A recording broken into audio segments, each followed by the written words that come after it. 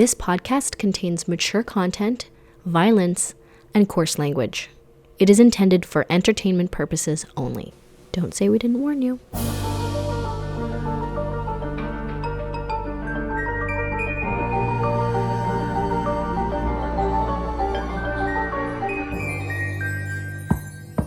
Hi, my name is Madison, and you are listening to Who's Knocking, a true crime podcast.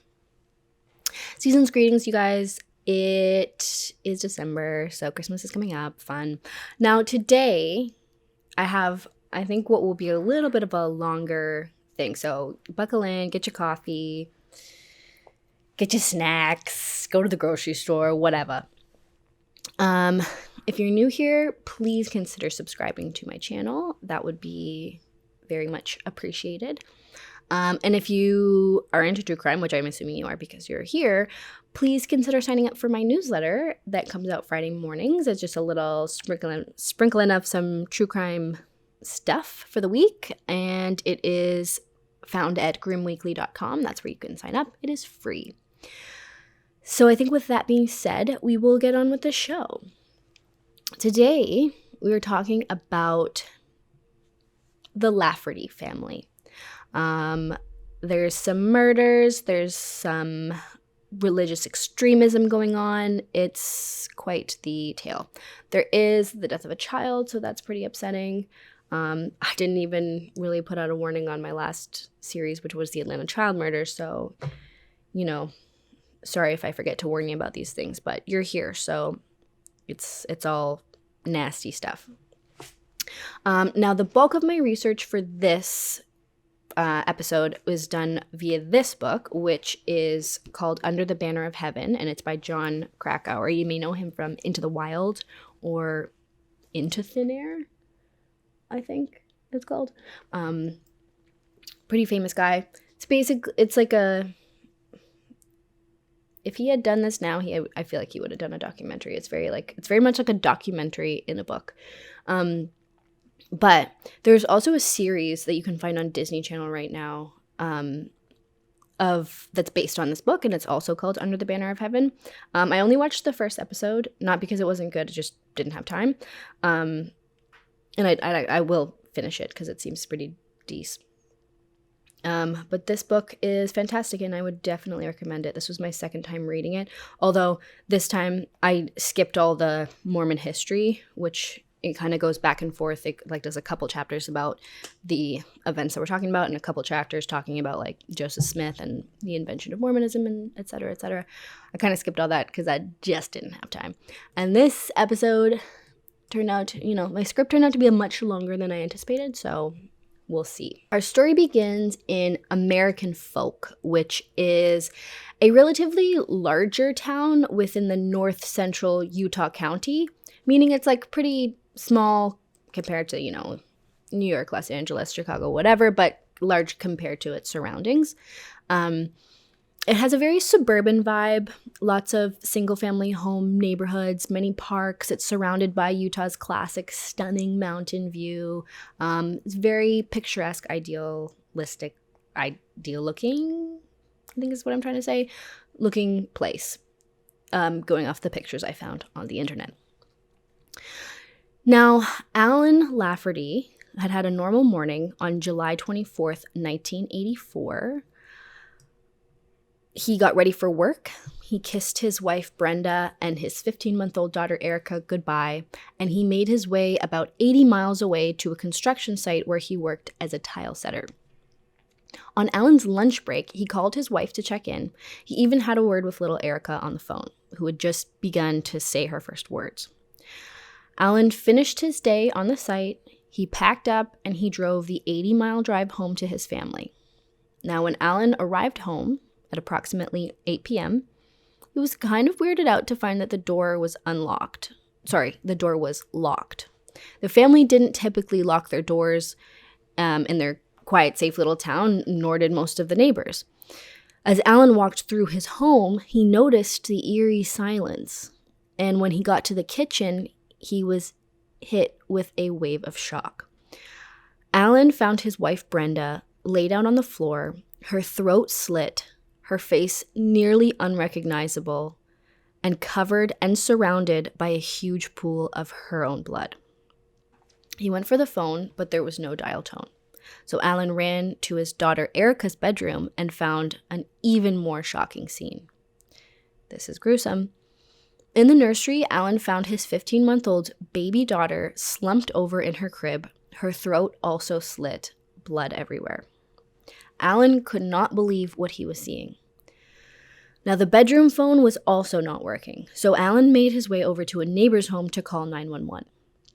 After calling 911, he called his mother, and while he waited for the emergency personnel to arrive, Alan went back to Brenda and prayed over her dead body. Now, this telling means that he couldn't have been, like, the 911 operator couldn't have been like, stay on the phone with me until the people get there. So I don't know if that did not happen, if that was not protocol in 1984, like it is now, or he just didn't listen, but just saying, because that's something we generally hear in 911 calls, is the person has to stay on the line until police arrive. That did not happen. When the police and emergency services arrived, they pronounced both Brenda and Erica dead on the scene. And of course, they took Alan right in for questioning. As the husband and father, Alan was obviously suspect number one. But it did not take long for the police to clear Alan and move on to a different suspect. And that's because Alan told them that he knew exactly who perpetrated these murders. He said, this was the work of my older brother, Ron Lafferty. So let's go back a little bit. We will come back to the scene of the crime, etc., but let's get into Brenda. Brenda was born on July 19th, 1960 in Logan, Utah.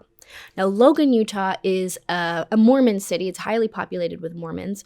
It was founded in 1859 by settlers, and they were sent by Brigham Young. And Brigham Young was the successor of Joseph Smith, and Joseph Smith was the founder of the Mormon religion. We'll get a little bit into him, but I'm kind of going under the assumption that's, a little bit about Mormonism, whether you do or not. Now, Brenda's parents were Lorraine and Dr. James Wright. They were both LDS, so her whole family is LDS is Latter-day Saints, which is another word for Mormons. So shortly after Brenda was born, she was the second born, the family moved briefly to New York State so that James could finish his doctorate at Cornell University, and the family eventually settled in Kimberly, Idaho. Kimberly, Idaho. Brenda had a number of siblings, but her two sisters, one older and one younger, Bonnie and Betty, were particularly close. There was a bit of an age gap after them, and then more children followed, and there were 7 in total Wright children. The Wrights were a very tight-knit Mormon family. They were quite devout and spent a lot of their time at church and in their Mormon community. They were a very nice family. Mostly girls, so it was like a big girl family. Brenda did very well in high school. She had lots of friends. She was very joyful. She was really a mother figure to her younger siblings, and she was very well liked. Brenda had big dreams of becoming a broadcast journalist. She did 1 year at Idaho University and then 1 at the College of Southern Idaho before transferring to Brigham Young University in Salt Lake City. Now, Brigham Young University, you might understand from when I just mentioned Brigham Young before, is a Mormon university. Brigham Young is the successor of the founder of Mormonism, so he's a very big name in Mormonism. And Salt Lake City was a pretty big, bustling city compared to Idaho, and it was really the place to be, especially for young Mormons. Now, at university, Brenda was involved in theater programs. She loved performing. She was also a singer. She was bright and beautiful and smart. She would have had a very promising future had she not had the misfortune of meeting Alan. Now, while at BYU, Brenda landed a job as a news anchor on BYU TV, which was a very exciting opportunity for a budding journalist. And it appears that Brenda also met Alan Lafferty at BYU. Now, he was not a student. He was just around at the time. I don't know what he was exactly doing there, but he was spending time there. And both were young Mormons, and their religion was super important to them. Brenda and Alan got serious very fast. They both had the same goals when it came to marriage and family. They were married in the same week that Brenda graduated. Brenda decided that so that her parents didn't have to do too much traveling back and forth, they would have the wedding right at the same time as her graduation so that they could come and get it all done at once, which was, kind of nice of her. Brenda and Alan did not waste any time getting pregnant.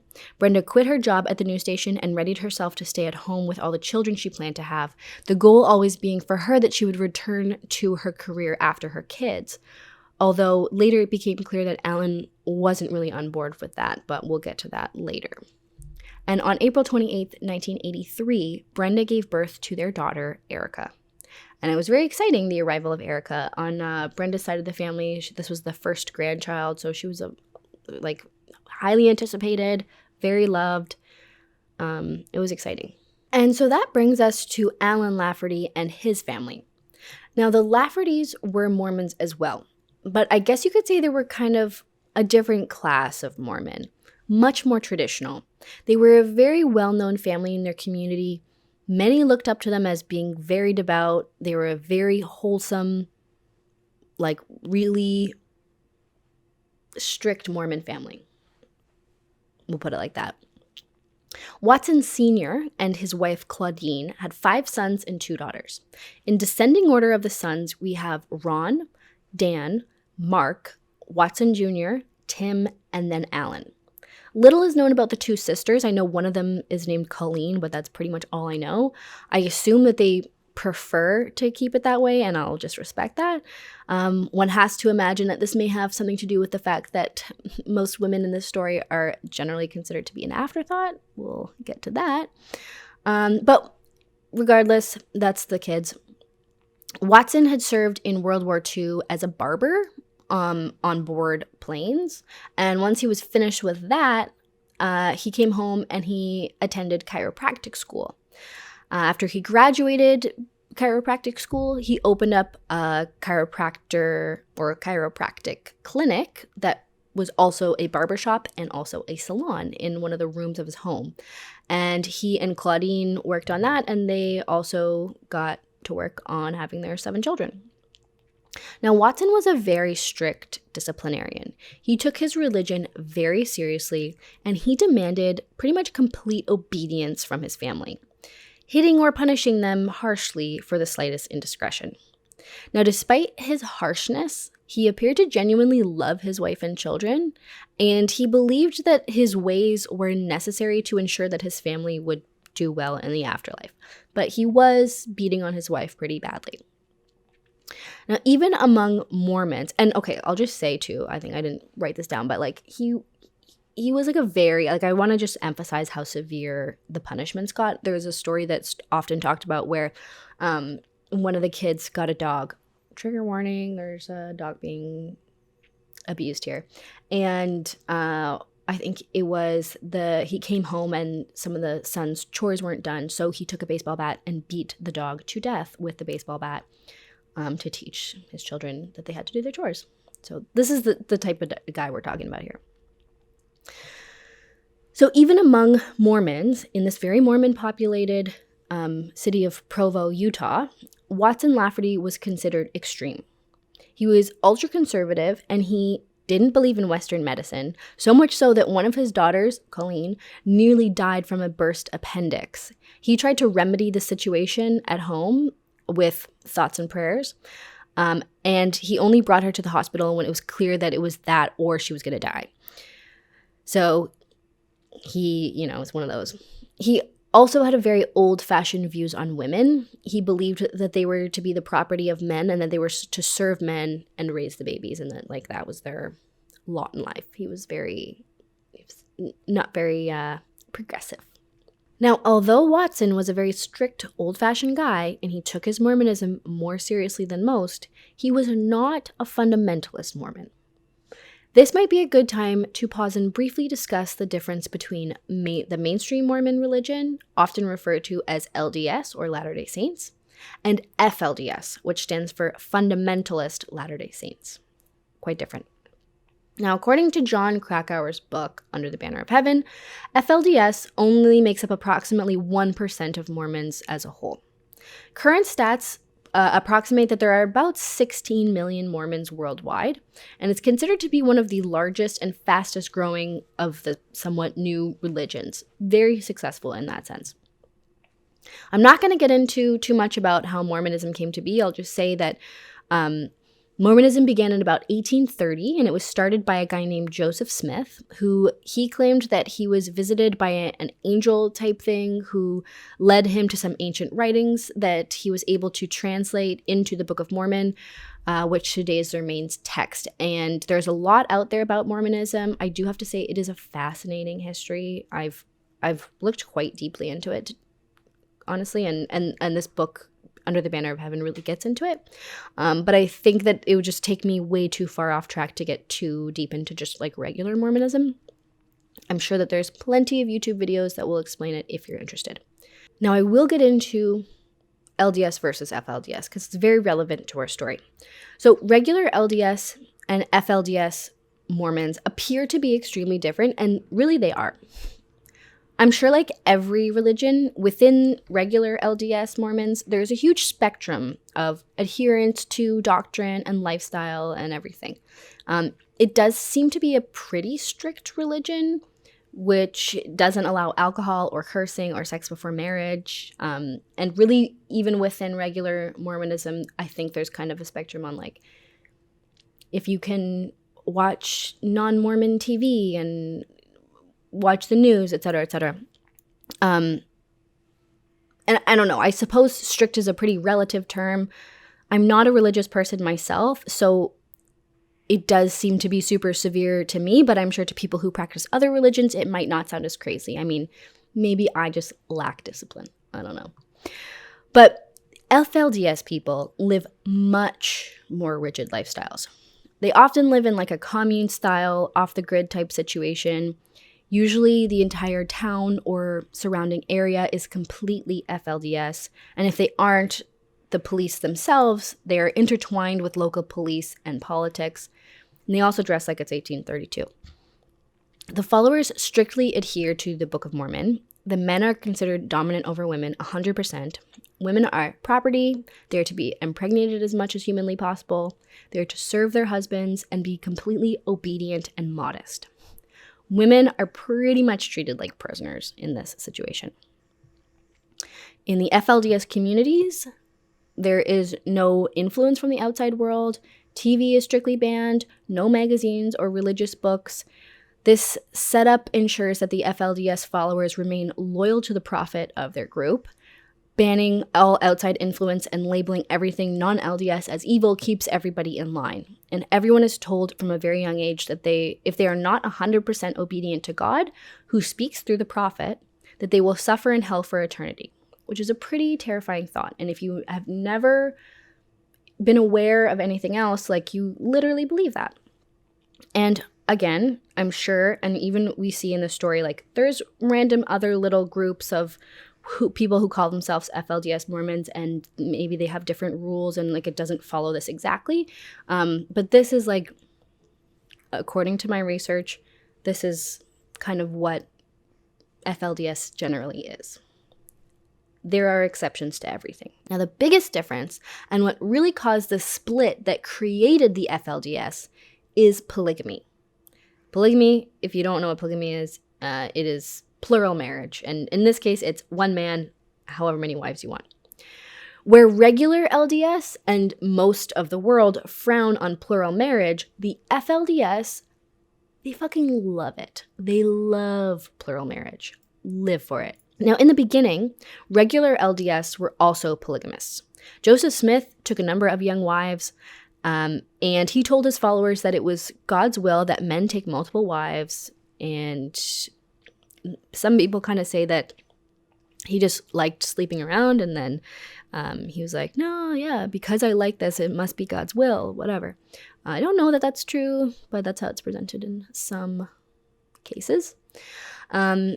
But he ran into a lot of trouble when trying to maneuver around America because everybody else thought polygamy was gross. And it was in 1890 when then prophet Wilford Woodruff did away with polygamy. Joseph Smith was dead at this point. By dropping polygamy, he made Mormonism much more tolerable to the rest of America, and just it made it a lot easier to be Mormon wherever, because people weren't on them and being disgusted. But there was still some among their ranks who were diehard polygamists. I have to imagine this was mostly men. It does seem like women's opinions were not really taken into account, but there definitely are a lot of women who are all for it. They're there. They claim to enjoy it. So not saying that that's not possible. But this is when the polygamous Mormons were excommunicated by the LDS, and they broke off and created the FLDS. So hopefully I haven't butchered that story too much. I'm just trying to be brief. Any real Mormons, please feel free to sound off in the comments if I've said something wrong. But I'll just say, I'm sure that many of you have seen the Netflix documentary Keep Sweet, Pray, and Obey. It's a popular documentary series on Netflix, and it features one of the big FLDS groups in Colorado City, Arizona, and it's led by pedophile and rapist Warren Jeffs. I really suggest you go watch it. I'm not going to go through all the very obvious reasons why it's uncool to marry and impregnate 14-year-old girls who have been brainwashed since birth, but I think we get it. These people have created an inherently abusive system that's completely cut off from the rest of society, and it's absolutely horrific once you dig into it just a little bit. I don't know that. I don't want to, I think religious freedom is obviously a great thing, and people should be able to practice whatever religion they want. I'm sure, especially between consenting adults, I don't care what people decide to do. But being so cut off from society and, not allowing anybody else any outside influence, it really, it makes child abuse easy and common, I think. Anyway, that's the FLDS. So all that to say is that the Laffertys were not FLDS, but Dan, who is the second oldest Lafferty boy, did begin an interest in polygamy after stumbling upon a very old document at BYU that he believed to be written by Joseph Smith. Now, this document was titled The Peacemaker, and it was written under the name Udny Hay Jacob, but it was published by Joseph Smith. And there's big debate within historians as to whether or not Joseph Smith actually wrote this document.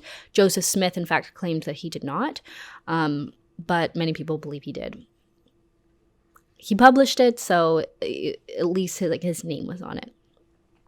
Now, the Peacemaker argues for plural marriage, and it also advocates for male authority over females, and that is divine in origin. So it goes really hard for plural marriage, and that women shouldn't be people, basically. And it was after reading this document that Dan started going down this rabbit hole and decided that maybe polygamy and fundamentalism was for him and his family that he already had. Now, in 1981, the church sent Watson Sr. and Claudine on a 2-year mission. I don't remember where they went, but I feel like it might have been South America. I don't remember. But Dan took over as leader of the family. Now, traditionally, this role should have gone to Ron, who was the oldest. But Dan was much more like his father. He was much more extreme in his views. He had followed in his father's footsteps in the chiropractic business, and he kind of took over his father's business while his father was away. And Dan was much more just generally in line with Watson Sr. Ron and his father, on the other hand, did not get along. Ron was the least adherent to Watson's views and ways. He worked in construction and real estate and local politics, and so he spent most of his time outside of the family home. He says that he actually really disliked his father and the way that he treated his family. Ron was super close to Claudine, his mother, and it really kind of traumatized him from a young age to see his father beat his mother, knowing that he couldn't do anything about it. Although Ron harbored some pretty intense feelings towards his father, on the surface he was very calm and disciplined. He was a very popular kid, very athletic, and a very dedicated Mormon. Ron kind of always held the role as like the family anchor. He was very emotionally stable, and most of the kids, and even Claudine, often went to him for help or advice. Apparently, Ron had a really great marriage with his wife, Diana, and they had 6 children, and they seemed to just really thrive outside of the family house. They lived off on their own, where kind of everyone else lived together. And many people talk about what a great relationship Ron and Diana had. He treated her so well. They had all these kids. They had a home of their own. He had a thriving business. Like, things were going very well for them, and they were very happy together. Now, after Watson and Claudine left, Dan started to take things over at the home.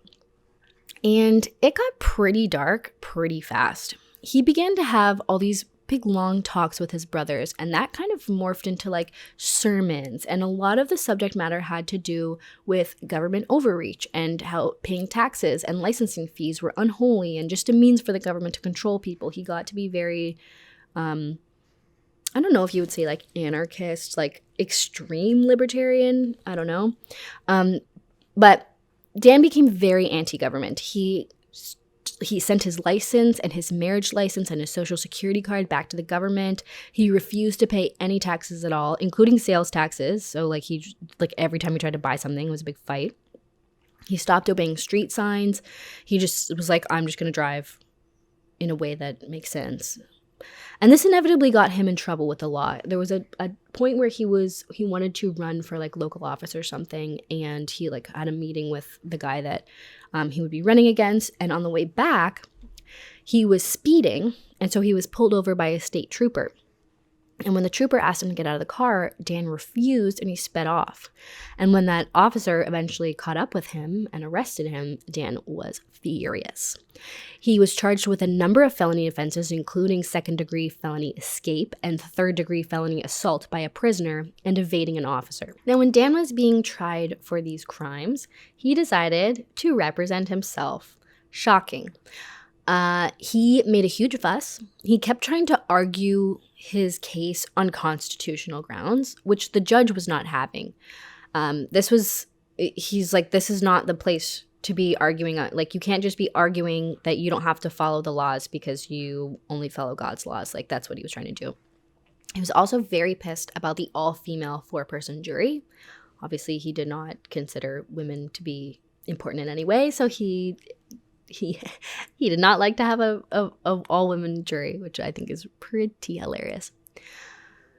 After Dan refused to stop arguing that everything was unconstitutional, the judge just shut her down, and he sent Dan to a 45-day mental evaluation, like a stay in a mental institution to be evaluated, followed by 30 days in jail. But this only worked up Dan even more. Since Dan had stopped paying all taxes, he was not paying the property taxes on his father's home. Now, his father's home was fully paid off, so all he had to do was pay his property taxes. The government decided that since he wasn't paying his taxes, that they were going to take possession of his home. When Dan's father found out about this while still on his trip, he was pissed, obviously. He came home right away so that he could sort things out and not lose his home. But Watson Sr. was not happy with Dan, which Dan was not happy about, but it didn't stop him. He had his 4 younger brothers kind of following him like a little cult. They totally bought into everything. And one kind of has to wonder if the way that Watson Sr. raised his children kind of set them up to buy into this fundamentalist doctrine more easily. As I said, Watson was not a fundamentalist, but he was pretty close. The fundamentalist doctrine, which is essentially what Dan was preaching, really just takes all the scripture and writings and it takes them 100% literally. And they really push the idea that women should pretty much be slaves to their husband. They love that. Now, in addition to riling his brothers up, Dan also started beating his wife and children. His wife was named Melinda, and they had a bunch of kids. But Melinda and Dan had kind of met later in life when they were like in their late 20s, which was like a late marriage for that family and their preferences, I guess. Sorry, I don't know if you can hear my baby snoring. He is snoring. But she was from Scotland. They had met when Dan was on his mission trip in Scotland. And later, many years later, she came to where he was living and they met and they both were like, we think that we should get married to each other because I had a revelation from God that we should get married. And so they did. And she was previously divorced and she had 2 daughters from a previous marriage already. So they got married. Dan he became the father of her 2 other kids, and they had some more kids of their own. Now, as Dan got super into the idea of polygamy, he decided he was going to marry Melinda's oldest daughter, his own stepdaughter. Now, Melinda was not liking how things were going, and she really wanted to leave Dan. So when he decided that he wanted to be a polygamist, she was like kind of on board with it, because she was like, okay, maybe I can use that as my opportunity to slip on out of here. But when he was like, oh yeah, I'm going to be a polygamist, but I'm going to marry your eldest daughter, she was like not having that, and she was disgusted by that. And she actually put up a fight, and he gave up that idea, thankfully. But it apparently did not stop him from molesting the daughters anyway. I don't know too much about that, but apparently he was doing a little bit of molesting, which is foul and disgusting.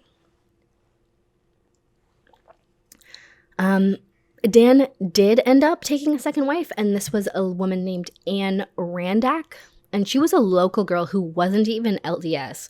I think he just, in that community, I don't think there was a lot of people who were into polygamy, so he kind of just took what he could get. And these marriages, by the way, were not like real government recognized marriages, meaning that they were not recognized by the state. They called them spiritual marriages, and they were only really, well, in this, because they didn't belong to a fundamentalist church, they weren't even, I would say, recognized by a church. But this is the only way to really do it, because it's illegal to marry more than one woman. In fundamentalist Mormon communities, they marry the first wife legally, and then they spiritually marry the rest of them, because you can't practice polygamy, really. Now, at this point, Dan had all of the younger Lafferty boys under his spell. Ron was still living outside of the family home with Diana and their 6 kids, so he was not involved in this whole thing. 3 of the Laffertys, I assume Mark, Watson Jr., and Tim, decided that they also wanted some more wives, but their wives were not into it, and so they all went to Diana, Ron's wife, to see what could be done about their husbands, because she was kind of the leader of the women as the oldest, and so they went to her for advice. What is that noise?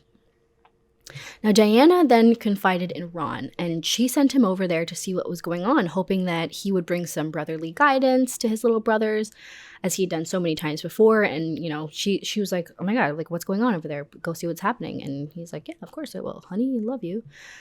So off Ron went, and he was welcomed by his brothers.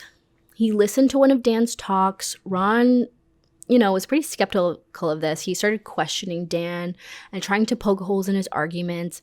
He tried to convince Dan that he didn't need to take things to such an extreme. Like, this is a little much, There was a scripture verse off, each of them trying to win over the other by quoting from the Bible or the Book of Mormon. And then after only a few hours, Dan had won Ron over. Ron ended up admitting that Dan was right and that everyone else was wrong, and that, yeah, this is the way that we should be going. Like, Dan just won. And it only took a few hours, which is like kind of crazy if you think about it. Now, I should also mention that Ron was in a pretty particularly vulnerable point in his life. He was working in real estate development, and he was in the middle of building a 4-plex apartment. Now, at the same time, he was also building this big family dream home for his family. And in the midst of both of these projects, they entered into a recession, and he and his family could no longer afford all the loans. So Diana said that there was many occasions that Ron would come to her literally in tears, terrified that they were going to lose everything. So he was in a very stressful point in his life. So I kind of think that when Dan started going on and on, especially about the government and not wanting to pay taxes and how evil and unholy the government was, that things kind of fell into place for Ron in that sense. And it was almost like Dan was giving him faith that he could do something about his situation. Now, poor Diana was completely blindsided when Ron came home, essentially brainwashed by Dan, and he tried to implement all of these new fundamentalist values and rules onto Diana and the kids. And she was, first of all, didn't know what to think or do. She tried desperately to get him to change his mind, and they fought about it a lot. She did try going with him on some of it. She started churning her own butter because Ron wanted them to produce their own food, and kind of conceding on some of the random household things. But then Ron started to try to get Diana to buy into polygamy, which she was just disgusted by. And the last straw was when Ron told Diana that he was going to start marrying his teenage daughters off into plural marriages. And that she could just not stomach. Now, meanwhile, the rest of the Lafferty wives had, on various levels, submitted to their insane husbands. All of them except for Brenda. Now, Brenda was the most outspoken of the bunch. She was raised Mormon, but she was not raised to devote her entire life to a man. Brenda had gone to university, and she was raised in a family full of girls who were taught to get an education and pursue a career and have self-esteem. So after Brenda had married Alan, she kind of started to realize how extreme him and his family were. And I think it was also then when Alan just started really getting into all this shit that Dan was spewing. Now, Brenda and Alan would argue over Alan's new refusal to pay taxes or to register his car, and it was getting to be a little bit much for Brenda, who was no pushover. So things between Alan and Brenda, they'd always been a little bit strained, mostly because he was from a much more strict religious family than Brenda, or that's what her family thought. But they had no idea about the extremism that was going on within the Lafferty family, or that the brothers had all started getting into polygamy, or that Alan had started beating Brenda, and I think probably because of this. Now, there were a few times that Brenda almost left Alan. Once she told her sister that she was going to do that, she called up her sister in the middle of the night and got her to meet her at a McDonald's and was like, things are not going well. I think I'm going to leave. But Brenda did not tell her sister about the physical abuse or the fighting with the rest of the Laffertys. And so her sister encouraged her to work things out with Alan, which is something she very much regrets now. I think in most religions, you don't just you try to work out a marriage. And I think even in non-religious marriages, that's if you marry someone, that's a binding contract. So it wasn't crazy for her sister to be like, look, you guys got married, that's not nothing, work it out. I think for most people, once there's physical abuse, that's a reason to leave. But unfortunately, Brenda didn't say anything about the physical abuse, so her family was not as supportive as they would have been had they known. Now, at around this time, Diana began to confide in Brenda, who Diana did see Brenda as a very strong woman, at only 23 years old. Now, Brenda was a young woman, and she was the youngest of all of them, but she was the strongest. Brenda still believed that she could help Alan to change, who was not as off the rails as Ron or Dan. But even she knew that Ron was way too far gone. Brenda encouraged Diane to leave Ron, which is a pretty big thing within that family.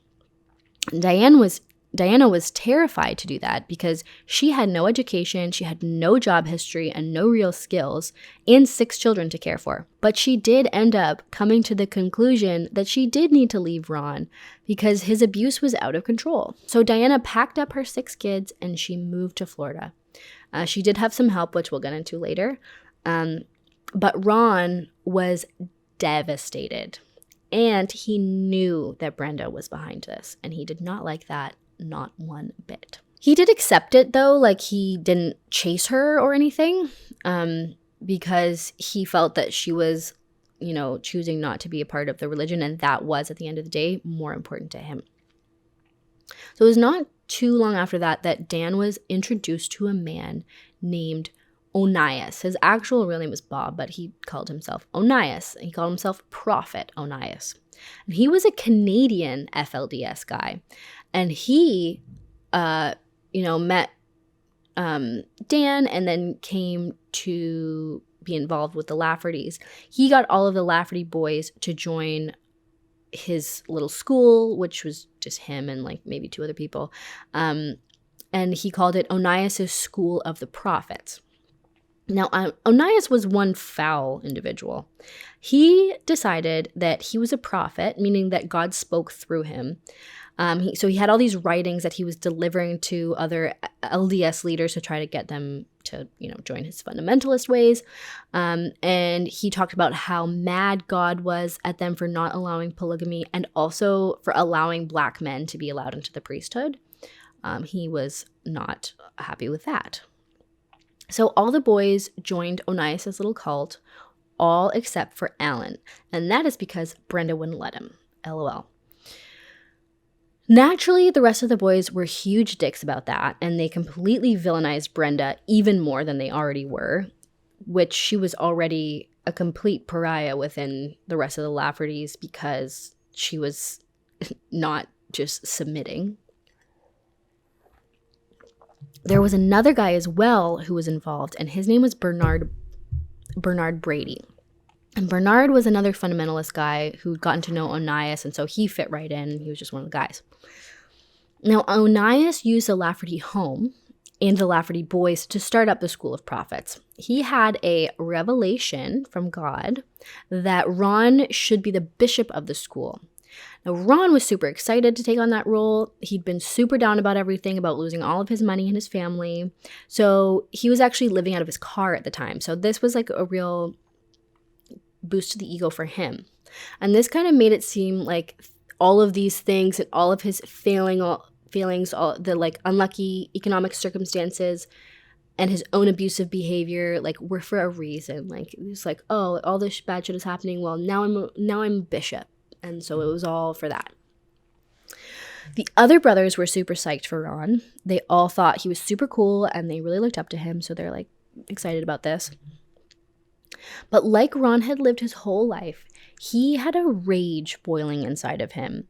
And this rage was no longer aimed at his father. It was aimed at all the people who had helped Diana leave him. First, at Brenda, who supported Diana emotionally to make the decision and who had encouraged her to leave. Second, a man named Richard Stowe, and he was the leader of the LDS stake that Ron and Diana were members of, and he was responsible for excommunicating Ron from that group, and he also offered Diana some financial assistance to help her flee to Florida. And lastly, to a woman named Chloe Lowe. Chloe and her husband, Stephen Lowe, were good friends with Ron and Diana, and Stephen was actually the bishop of their LDS ward where they were living. And Chloe had been there for Ron and Diana as their marriage began to break down. And because Chloe had eyes, she ended up taking Diana's side in the whole thing. She was super emotionally supportive of Diana, and she also helped her by inviting Diana and the kids to stay with them on multiple occasions and helping them literally pack up so that they could move to Florida. Now, Brenda was beautiful and educated and outspoken, everything that Ron believed good LDS women should not be. And Brenda did help to convince Diana to leave because she cared about Diana and the children and she knew that they were in danger around Ron. So all of the anger that sat in Ron's mind as he headed to school was geared toward those people. He got super invested as the men grew more and more extreme. And all of them then just started saying that they were receiving revelations from God. And they would get super excited about this and like tell their revelations to everyone. And like that was a big thing that they did at their little club. Now here's one that Ron received that was actually for Diana. Let me just find the page. Okay. Quote, "Thou art a chosen daughter, but my wrath is kindled against thee because of thy rebelliousness against thy husband, and I command thee to repent. Have I not said that it is not good for a man to be alone? I will not suffer my servant Ron to be alone much longer, for even now I am preparing someone to take my place, thy place. Nevertheless, if thou wilt speedily repent, I will greatly bless thee and thy children. Otherwise, I will remove thee from thy place, for I will not suffer that thy children should suffer longer because of thy disobedience. I have heard the prayers of my son Ron, and I know his desires, and it is only because of his desires that I will spare thee now. Hearken unto my word, for the time is short. I am Alpha and Omega, even the beginning and the end, and surely I will fulfill all my promises unto my servant Ron. Even so, amen." I don't know about you, but This seems more like a threat to me than any sort of revelation. And I don't for one second think that these revelations were anything more than a pissing contest between these guys, and these revelations were just justifications for their abusive and disgusting behavior. Very pathetic. But as these revelations came in and kept getting freakier, it was not surprising when this revelation, air quotes, came through Ron. Okay.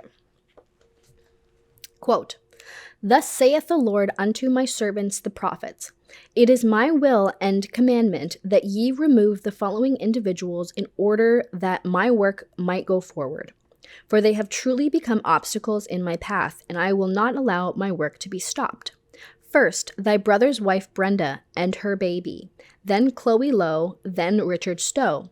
And it is my will that they be removed in rapid succession, that an example be made of them in order that others might see the fate of those who fight against the true saints of God. And it is my will that this matter be taken care of as soon as possible, and I will prepare a way for my instrument to be delivered, and instructions be given unto my servant Todd. And it is my will that he show great care in his duties, for I have raised him up and prepared him for this important work, and he is not like unto my servant Porter Rockwell.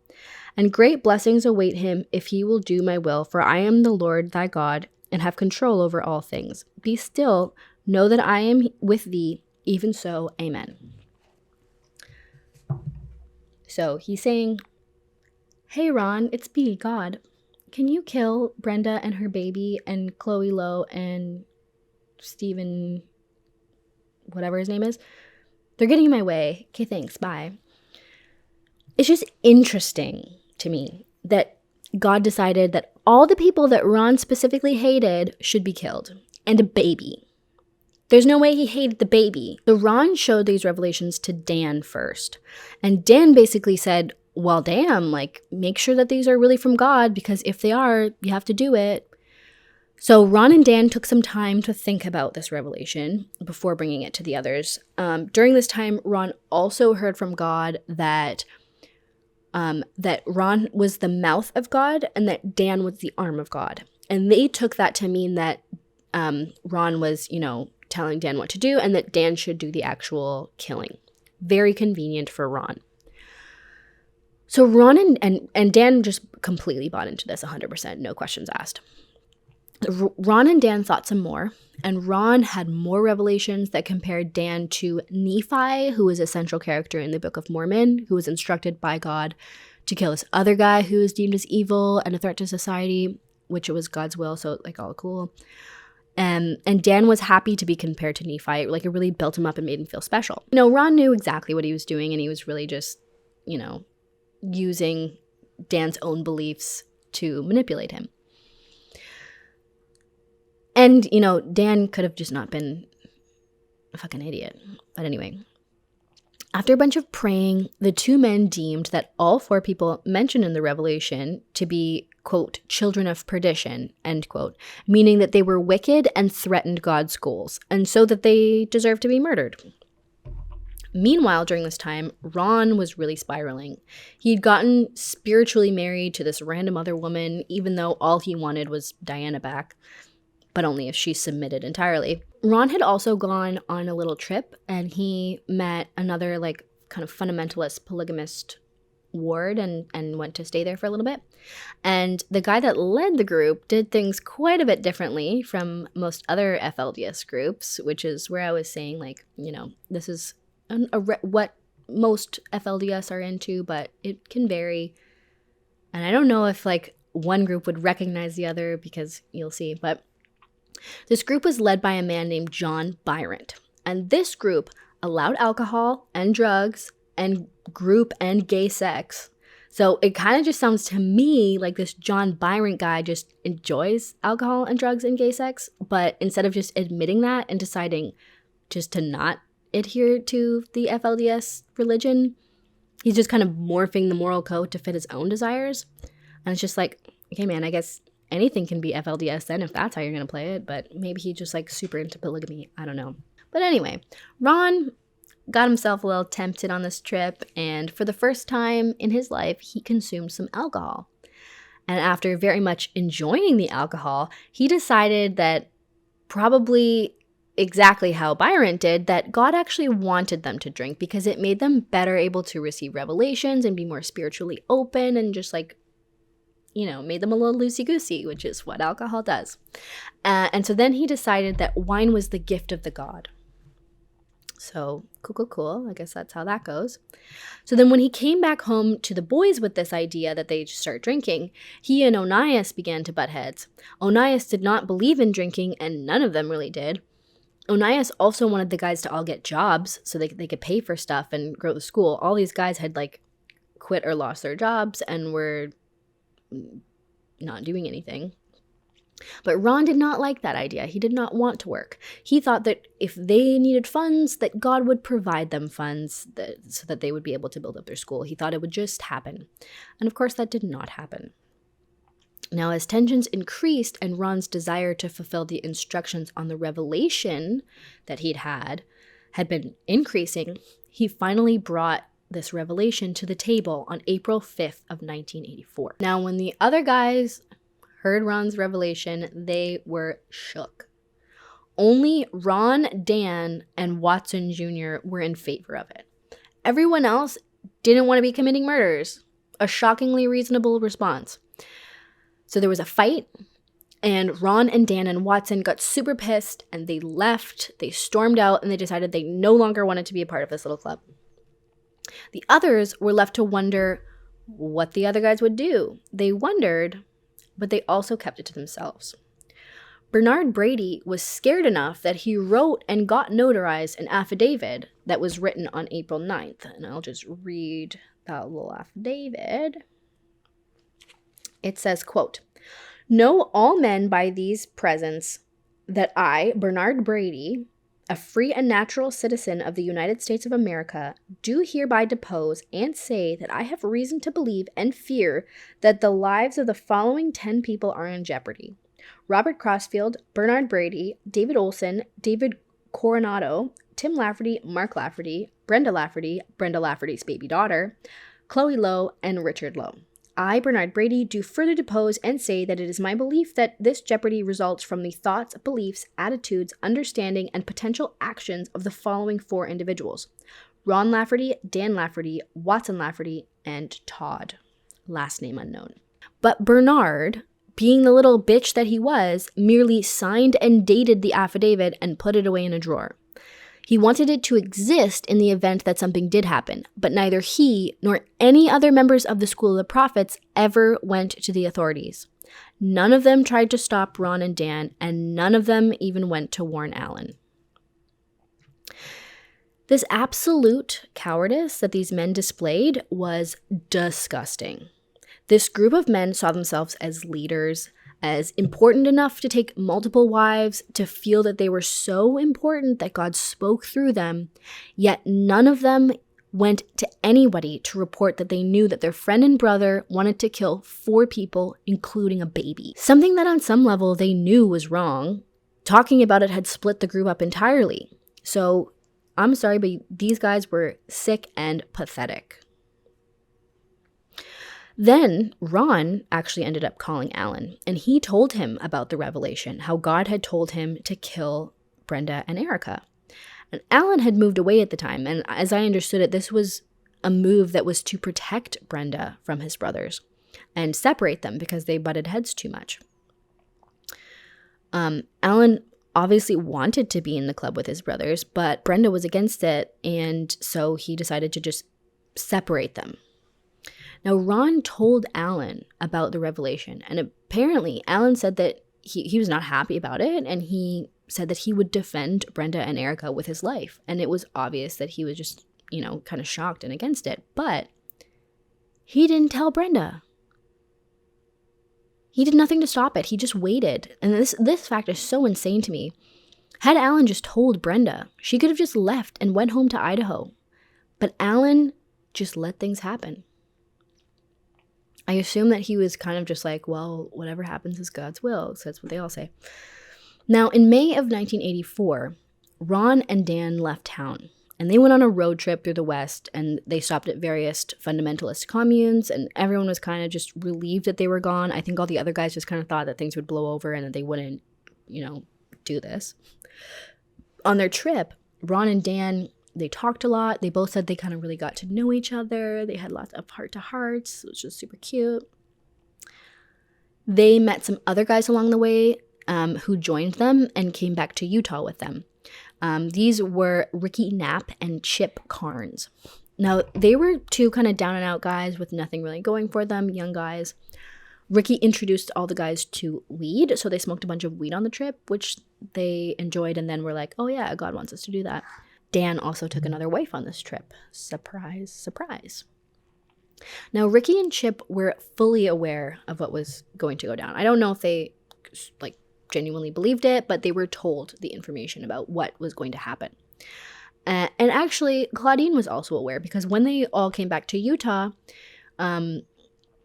they were discussing everything in the home, and Claudine was just sitting by knitting while her sons were talking about everything in detail and talking about their plans to cut Brenda and Erica's throats at her dining room table. But like everyone else, she kept this information to herself.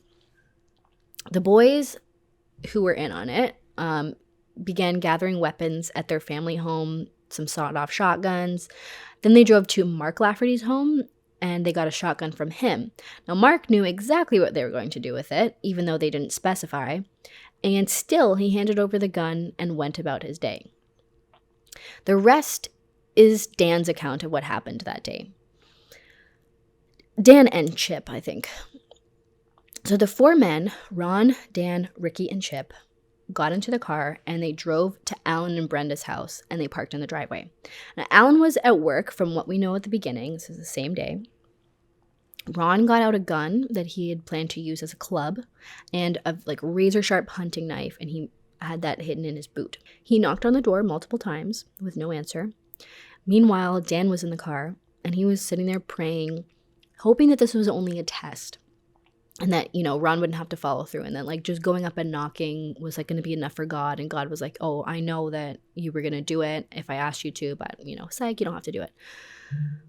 But then Dan says, so Brenda never answered the door. And so Ron went back in the car and they drove off.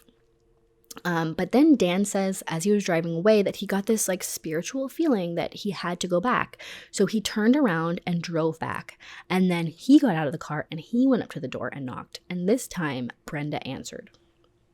Now, I will read from the book exactly what he says happened. It's a pretty longish section. I think it's just better to read from there exactly. And warning, this gets quite graphic. So if you don't want to hear some graphic shit, just fast forward a bit. Okay. So I'm quoting from the book now. Quote, Dan pulled into Alan's driveway, walked up to the door, and knocked. This time, after only 2 or 3 knocks, Brenda opened it. Dan asked if Alan was home. She replied that he was at work. Dan asked if she knew whether the .243, sorry, that's probably not how you say it, but whatever, .243 deer rifle was in the apartment somewhere. Brenda said that she was sure it wasn't there. Then Dan asked if he could use the phone. Losing her patience, she said, no, you cannot come in and use the phone. Dan protested that he only wanted to make a very brief call, but Brenda was apparently becoming increasingly suspicious and continued to refuse him entry. At this point, Dan recalls, I was kind of silently talking to God, and I asked, what do I do now? It felt comfortable to push past her and enter the house, so that's what I did.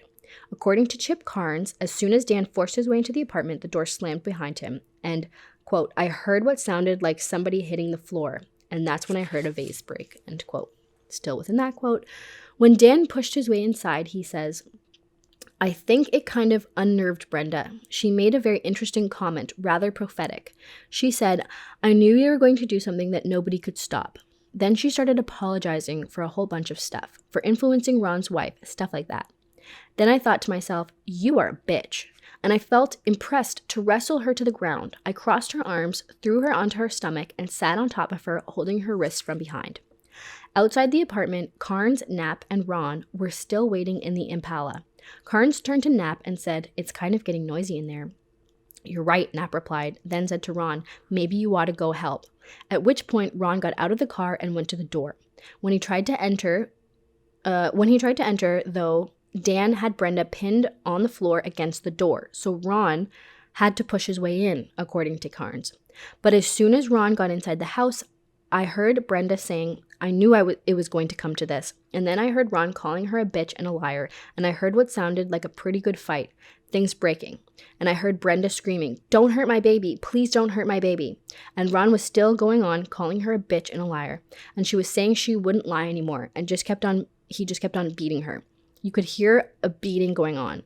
And then I heard a baby crying, Mommy, Mommy, Mommy. And then after that, everything kind of got quiet. When Ron forced his way inside, says Dan, he shut the door behind him and he asked, what are you doing? I said, well, I feel like I'm fulfilling the revelation now.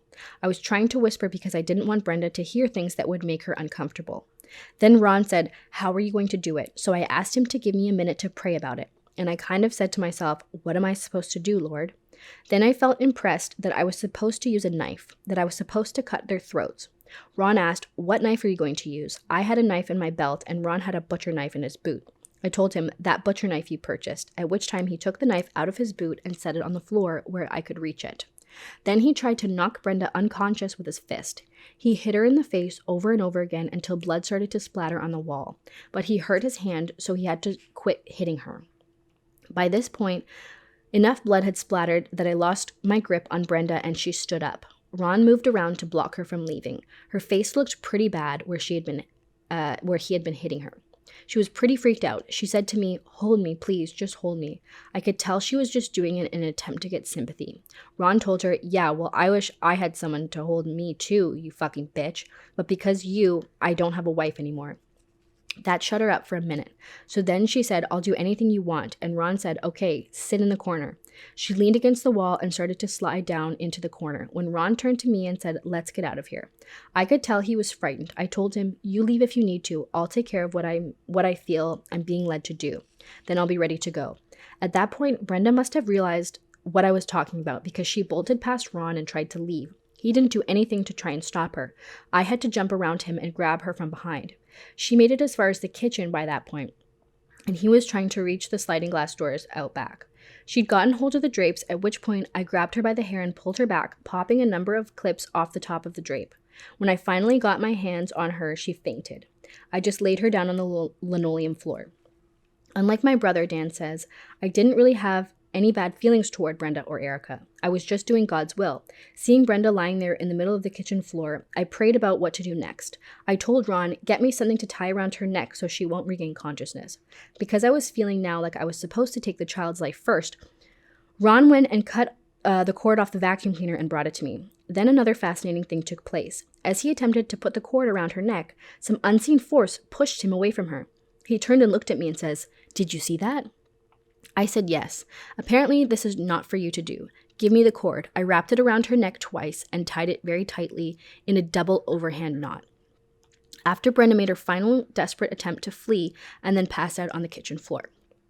After tying the vacuum cord around Brenda's neck, Dan says, I went into the front room, I picked up a knife, and I walked down the hall, being led by the spirit because I didn't know the layout of the house or which room was the baby's. I'm going to skip over what exactly he did to the baby because I just can't do that. So after he finished killing Erica, anyway, I washed the knife off, and when the knife was clean, I walked into the kitchen and stood over Brenda, straddling her. I untied the cord, and I took it off her neck. I grabbed her by the hair, placed the knife against the side of her neck, and drew it across her throat. Again, I closed my eyes so I didn't actually see anything, but this time I could hear the blade cut through the trachea. I felt it hit the bone of her spinal column. Then I walked back to the bathroom and washed off the knife a second time, turned to Ron, and I said, okay, we can leave now. End quote.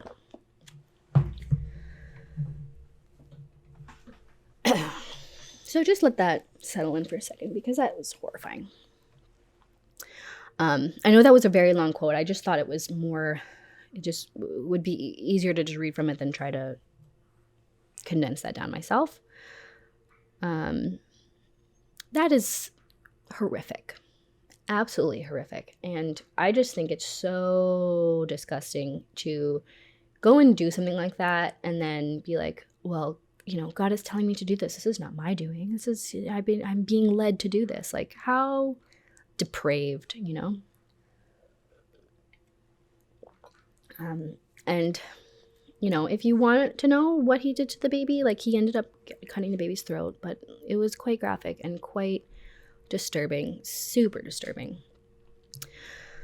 It is in there, so if you really want to know, you can read the book. So when the two brothers were satisfied with their work, they got back in the car, covered in blood, and the other two were pretty freaked out, and Ron was also pretty freaked out.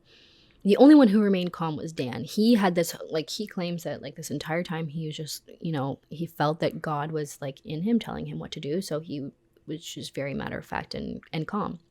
He says that he felt like he had just done the Lord's work, so there was nothing to be upset about. That man just murdered a woman and her baby, a 15-month-old baby, and he was ready to just move on to the next house. Because remember, there's more people who they need to murder. So after that, the men drove to Chloe Lowe's home, and they were getting rid of their bloody clothes at the time, changing, and the other guys are shocked somehow, even though they were told exactly what was going to happen, and they were shocked when it happened. Ron said that he was too tired to do any more murdering, but Dan told him, don't worry, he would do everything, not a problem. Thank God that once they got to Chloe's home, they realized that Chloe and her family were not there. They happened to be away at their summer home in Bear Lake. Thank God. If they had been home, she and probably the rest of her family would be dead.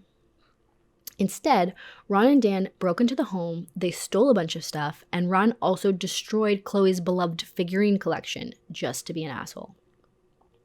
The four men continued on with Ricky at the wheel, but Ricky, and I don't know if he did this on purpose, kind of feel like he did, but he missed the exit for the Stowe home, and Ron, who was super exhausted and very agitated at this point, did not make him turn around, and I think he was kind of didn't really want to do any more killing. And I'm sure you're curious, yes, Richard Stowe was home doing work on his property with his son. So another two lives, thank God, were not taken.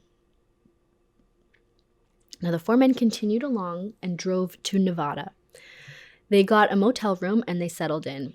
Ron wanted to move along, but they had been pulled over because their taillights were out, so they decided to stay the night instead of it's obviously way more obvious if your taillights are out at night than during the day, so they decided it was safer to stay put. When Ricky and Chip were sure that Dan and Ron were asleep, they both got up, snuck out, and took off in the car.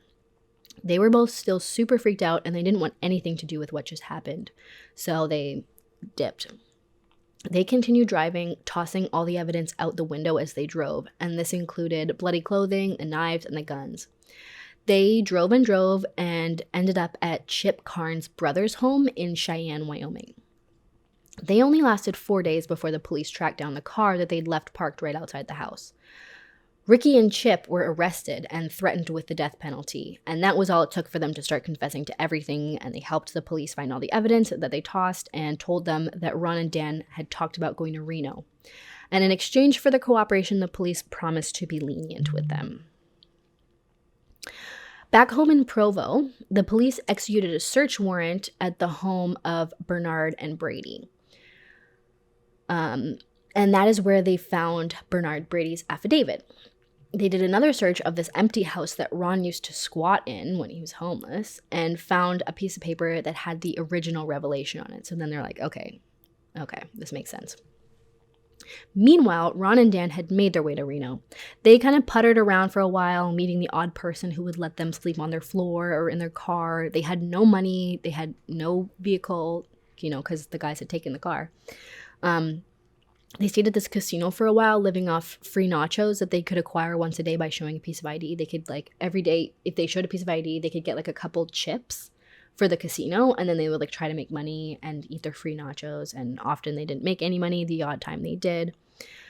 But they were also aware that, they knew this woman named Debbie from a previous trip to Reno.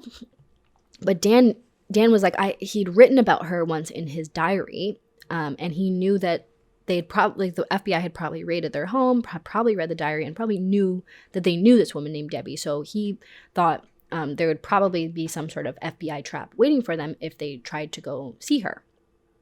But they decided to go anyway.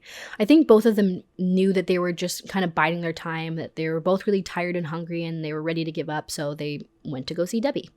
And sure enough, as soon as they approached the bartender at the casino that she worked at and asked for Debbie, the guy was like, "Oh, yeah. And then out of nowhere, a bunch of FBI's came and took them down. And Ron and Dan didn't make any fuss, and they were arrested on August 7th, 1984. Now, after the arrest, Dan and Ron made a huge stink.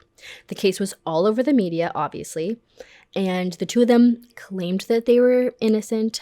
They shouted that the Mormon Church controlled everything in Utah and that it would prevent them from receiving a fair trial, blah, blah, blah.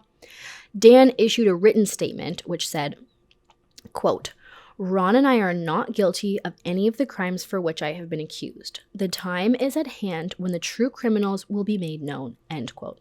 Regardless, Dan and Ron were locked up in the Utah County Jail to await their trial. And on December 29th, just about a week before their joint trial was about to start, Dan found Ron hanging in his cell by a t-shirt tied to a towel rack. Ron was found unresponsive and without a pulse. First responders did CPR and mouth-to-mouth on Ron to no avail. It seemed that he was dead. For 15 minutes, Ron didn't breathe at all. But after 15 minutes, they were able to resuscitate him. Ron remained unconscious for 2 days, but he eventually made a full recovery. And Dan obviously believes that that was some sort of divine intervention. Once Ron came to, the judge decided that Dan would be tried as scheduled, and Ron would wait and undergo a psychiatric evaluation to determine if he was fit to stand trial or if his brain had been affected by the lack of oxygen to his brain for 15 minutes. So Dan was up. In a choice that shocked absolutely no one, Dan decided to represent himself as he had done before. His 2 court-appointed lawyers were there to support and advise him. After the 5-day trial, the jury deliberated for 9 hours and came back with 2 guilty verdicts for 2 counts of first-degree murder. Before the jury was to deliberate again regarding the death penalty, Dan said to them, quote, "If I was in your position, I would impose the death penalty," end quote. And he promised that he would not appeal if that was their decision. Dan completely accepted what he did. He says he believed that, he did it for God, so he was like fine with himself for having done it, but was like willing to accept the consequences. Now, of the 12 jurors, 10 jurors voted for the death penalty, but 2 refused. So Dan's life was spared, as you need a unanimous vote on a death penalty ruling. The judge made it clear that he was not happy about this. He told Dan that he wanted to be sure that every remaining minute of his life was spent behind bars. So he imposed 2 consecutive life sentences without the possibility of parole. Nice. 4 months later, Ron was up. He had been deemed competent enough to stand trial. Ron's court-appointed attorneys wanted to use an insanity defense to go for a manslaughter conviction, but Ron would not have it. He saw this as an admission of guilt, and he, like Dan, said that this was something that God told him to do, so it couldn't have been wrong, and he was not guilty. Ron did not fare as well as Dan, and he ended up with a death sentence. Unlike Dan, he was not willing to accept that, and he decided to appeal as much as he could. The first 2 appeals did not end in his favor, but in 1991, Ron's case had made its way to the 10th U.S. Circuit Court of Appeals in Denver, Colorado. At that level, they decided to throw out Ron's 1985 conviction entirely. They said that during his original trial, they applied a faulty legal standard when they determined that Ron was mentally fit to stand trial. They attest that he was not. The bench felt that because Ron was of the belief that he did not need to answer man's laws and only God's laws, that this was evidence that he was exhibiting a paranoid delusional system which rendered him unable to understand the charges he faced in a reasonable manner. Now, this ruling was actually a troubling result for both sides of the aisle. Critics thought that this ruling could, on the one hand, mean that people could go about committing horrible acts as long as they claimed that they were doing it for religious reasons. And on the other hand, some thought that it would make all religious people out to be crazy and, considered not competent. But on things went. Now it was 1996, and Ron had spent 16 months in a mental hospital being evaluated. He was put on a host of psychiatric drugs at that point, and then he went through another competency hearing where it was determined that he was now fit to be retried. In March of 96, they tried Ron again, all over again. This time, he allowed his lawyers to plead insanity, although he constantly claimed that this was not true, that he was perfectly fine.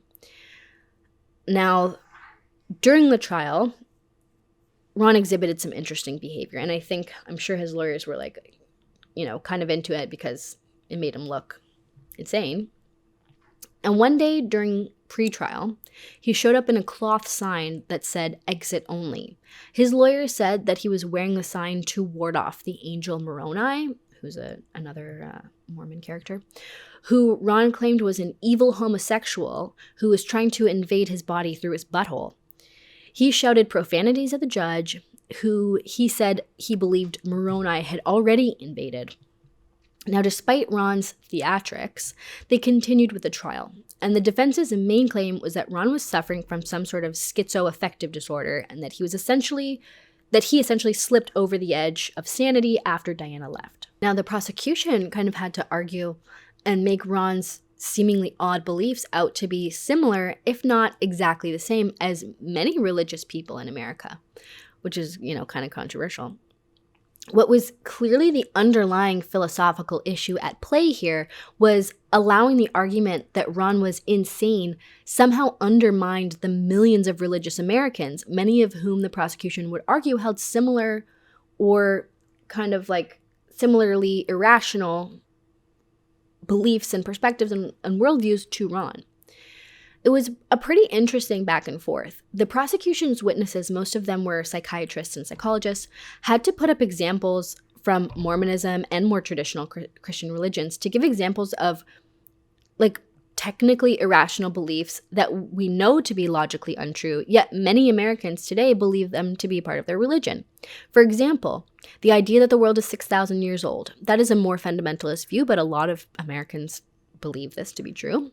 Or the idea that Mary had Jesus as a virgin, which is an even more popular view. They claimed that these are clearly unscientifically based beliefs, but they were no different, although Ron's views were more extreme, but they were technically no different to the stuff that Ron was into, and therefore not born of any schizo-anything disorder. The prosecution also argued that although they didn't believe that Ron was insane, they did believe that he may have narcissistic personality disorder. NPD is a personality disorder that was not even listed as a formal diagnosis at the time, and it offered an alternate theory as to how Ron was able to behave so disgustingly. The definition that they were going on was this. Okay. NPD, according to the DSM, I think that's 5, NDP is distinguished by a pervasive pattern of grandiosity in fantasy or behavior, need for admiration and lack of empathy, indicated by 5 or more of the following. 1. An exaggerated sense of self-importance. 2. Preoccupation with fantasies of unlimited success, power, brilliance, beauty, or ideal love. 3. Believes that he or she is special and can only be understood by or should associate with other special or high-status people. 4. Requires excessive admiration. 5. Has a sense of entitlement. 6. Selfishly takes advantage of others to achieve his or her own ends. 7. Lacks empathy. 8. Is often envious of others or believes that others are envious of him or her. 9. Shows arrogant, haughty, patronizing, or contemptuous behaviors or attitudes. Narcissists believe that they are special and that the rules don't apply to them. I don't know if Ron was really a narcissist. I'm no expert, but he does seem to fit a lot of those factors. One of the prosecutor's witnesses noted that Ron was extremely self-righteous. He believed everyone who was against him was violating God's rules, but he had no problem turning around and acting as judge, jury, and executioner to a fucking baby. And then he howled and whined like a little bitch when he then felt like he was being unfairly prosecuted. He could never take responsibility for his own actions, which caused all of his misfortune.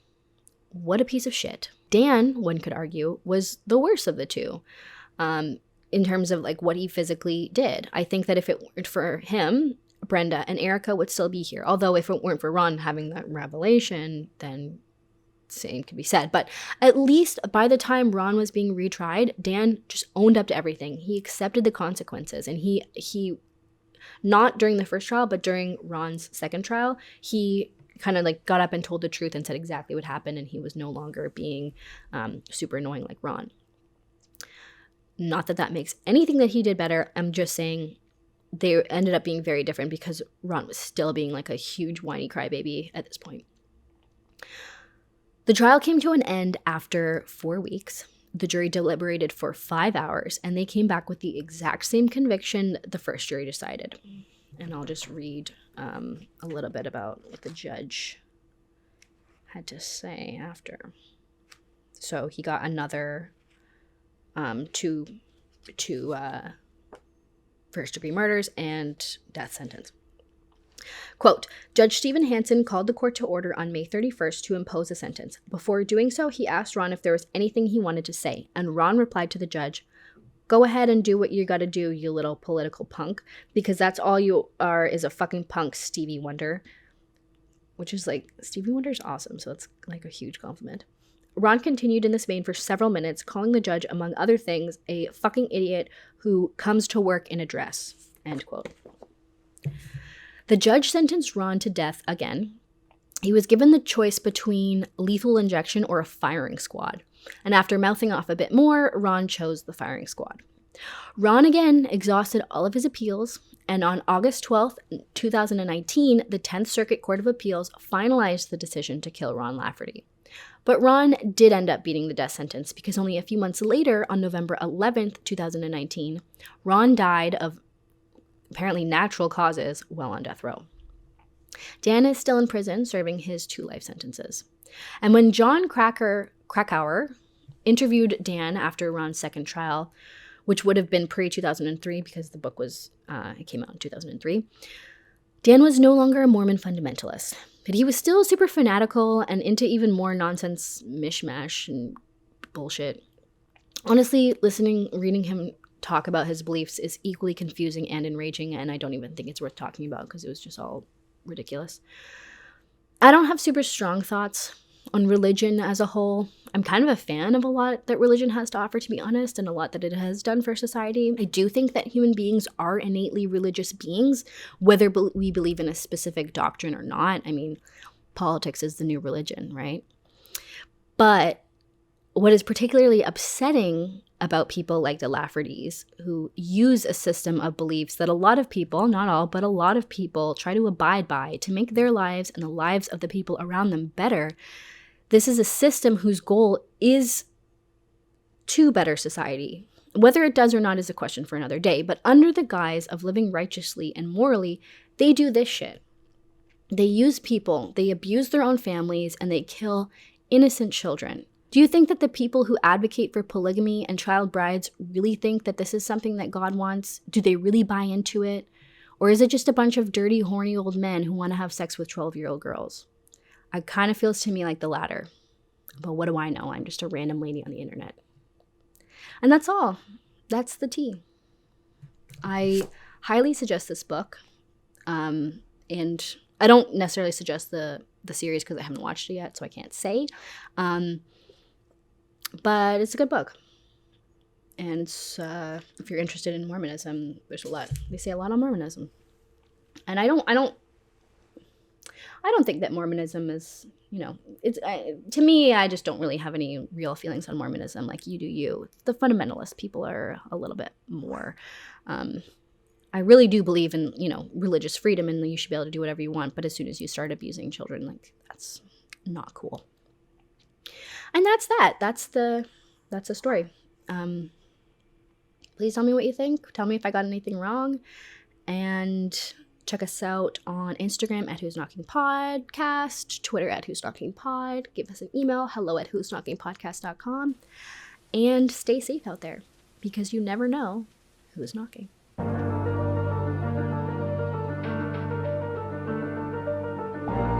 This podcast is produced in collaboration with Lost Line Media.